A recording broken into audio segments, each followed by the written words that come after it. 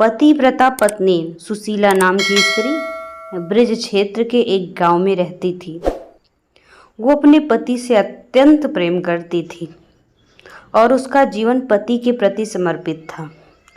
भोर उसके चरण स्पर्श से उसका दिन आरंभ होता था और रात उसके चरण दबाते समाप्त हो जाती थी।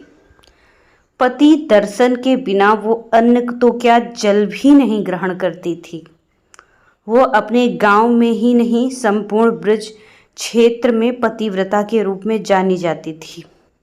जब पतिव्रता स्त्री की बात निकलती तो सुशीला का महिमा मंडन किया जाता। सुशीला को भी ये बात ज्ञात थी और वो इससे अति प्रसन्न थी।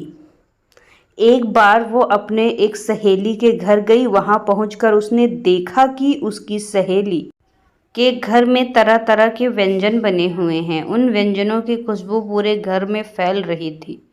सुशीला अपनी सहेली से पूछा, सखी क्या बात है, आज कोई विशेष आयोजन है क्या?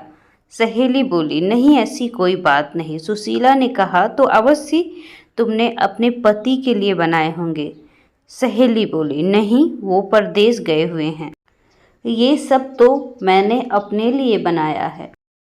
ये सुनकर सुशीला चकित रह गई। बोली, सखी कैसी स्त्री हो तुम, तुम्हारा पति परदेश में है और तुम उनकी अनुपस्थिति में ऐसे व्यंजन पकाकर खा रही हो। पतिव्रता स्त्री को पति के दर्शन किए बिना जल का एक कतरा भी ग्रहण नहीं करना चाहिए। मुझे ही देख लो, जब तक उनका मुख न देख लूं अन्न जन ग्रहण नहीं करते। इस बात पर सहेली तुनक कर बोले, सुशीला बहन, यदि पति के न होने पर मैं व्यंजन खा रही हूँ इसका अर्थ कदापि नहीं कि मैं उनसे प्रेम नहीं करती। मैं उनके सामने भी खुश रहती हूँ, खाती पीती हूँ और उनके पीछे भी। व्यर्थ का ढकोसला मुझे नहीं होता। ना ही मेरे पति चाहते हैं कि मैं उन ढकोसलों को मानूं जो मुझे स्वस्थ देखना चाहते हैं और कहते हैं मैं इसलिए नहीं कमाता कि तुम भूखी रहो। हम एक दूसरे से प्रेम करते हैं और उसे जताने के लिए हमें अन्न जल त्यागने की आवश्यकता नहीं है। सहेली का दो टूक उत्तर सुनकर सुशीला को बुरा लगा। वो प्रतिकार किए बिना ना रह सकी। बोली, तुम्हारे अनुसार जो सही हो वही करो, किंतु मैं कहूँगी कि ये पतिव्रता धर्म नहीं है। शास्त्रों के अनुसार पतिव्रता स्त्री को पति का मुख देखे बिना, उसके खाए बिना अन्न जल ग्रहण नहीं करना चाहिए। इसके बाद वो अपने घर चली गई। घर आकर उसने सारी बात अपने पति को बताई और पूछा कि बताओ क्या मैं गलत हूँ? पति सुशीला की अपने प्रति कर्तव्य परायण और प्रेम से अभिभूत था, किंतु ये सोचा करता था कि पति के दर्शन के बिना अन्न जल ग्रहण करना व्यवहारिक नहीं है। यदि पति एक माह के लिए कहीं चला जाए तो बिना अन्न जल के स्त्री कैसे जीवित रहेगी? इसलिए उसे लगता था कि कहीं सुशीला का यह व्यवहार मात्र ढोंग तो नहीं। उस दिन उसने निश्चय किया कि वो सुशीला की परीक्षा लेगा। उसके बाद से वो सुशीला को परखने लगा। कभी वो खेत से देर लौटता, कभी स्नान करने में विलंब करता, कभी परोसा हुआ भोजन छोड़कर कोई बहाना कर घर से निकल जाता। सुशीला हर बार उसकी परीक्षा में खरी उतरती। एक दिन पति ने सुशीला से कहा, आज मेरा पुए और खीर खाने का मन है, तुम झटपट से दोनों व्यंजन तैयार करो, मैं खेत से आता हूँ। कहकर वो घर से निकल गया। सुशीला पुए और खीर बनाने में जुट गई। जब पुए और खीर तैयार हो गए तो उसकी खुशबू से सुशीला के मुंह में लार टपकने लगी, मगर उसका पति घर पर नहीं था, इसलिए वो दरवाजे पर बैठकर उसकी प्रतीक्षा करने लगी। आधा दिन बीतने के बाद उसका पति आया तो उसने कहा, झटपट स्नान कर लो, पुए और खीर मैंने कब से तैयार रखे हैं। पति सुशीला की परीक्षा लेने को आतुर था। वो बोला, तनिक मैं अपने एक मित्र के घर से होकर आता हूँ। फिर घर से चला गया। सुशीला का भूख से बुरा हाल था, मगर वो अपने पति को रोक नहीं सकती थी। वो फिर उसकी प्रतीक्षा में बैठ गई।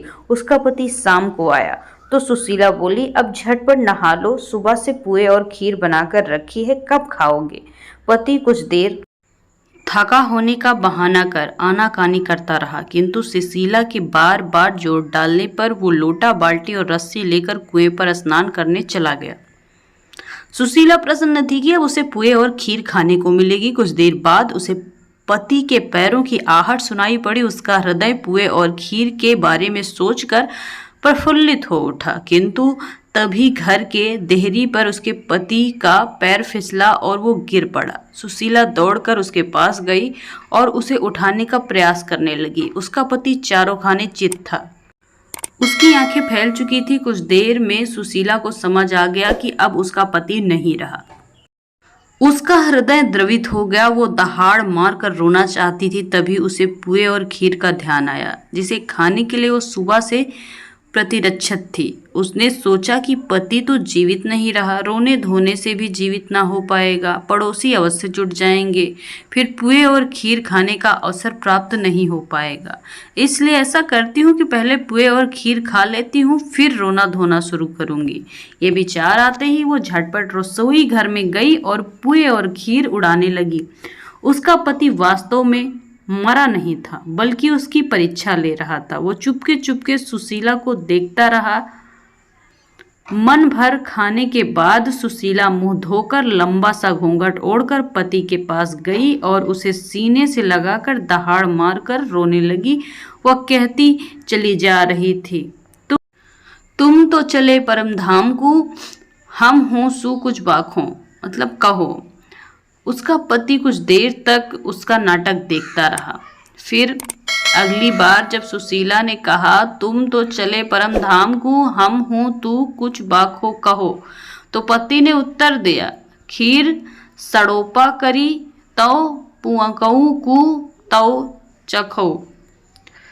ये सुनकर सुशीला हक्की बक्की रह गई। उसे समझ आ गया कि उसका पति जीवित है और मरने का नाटक कर रहा है। उसके बाद उसने लज्जा से सिर झुका लिया और सोचने लगी कि मैंने अपनी जीवा पर नियंत्रण नहीं किया। किंतु उसके पति धर्म की पोल खुल चुकी थी। उस दिन के बाद उसने कभी अपने पतिव्रता होने का ढोल नहीं पीटा।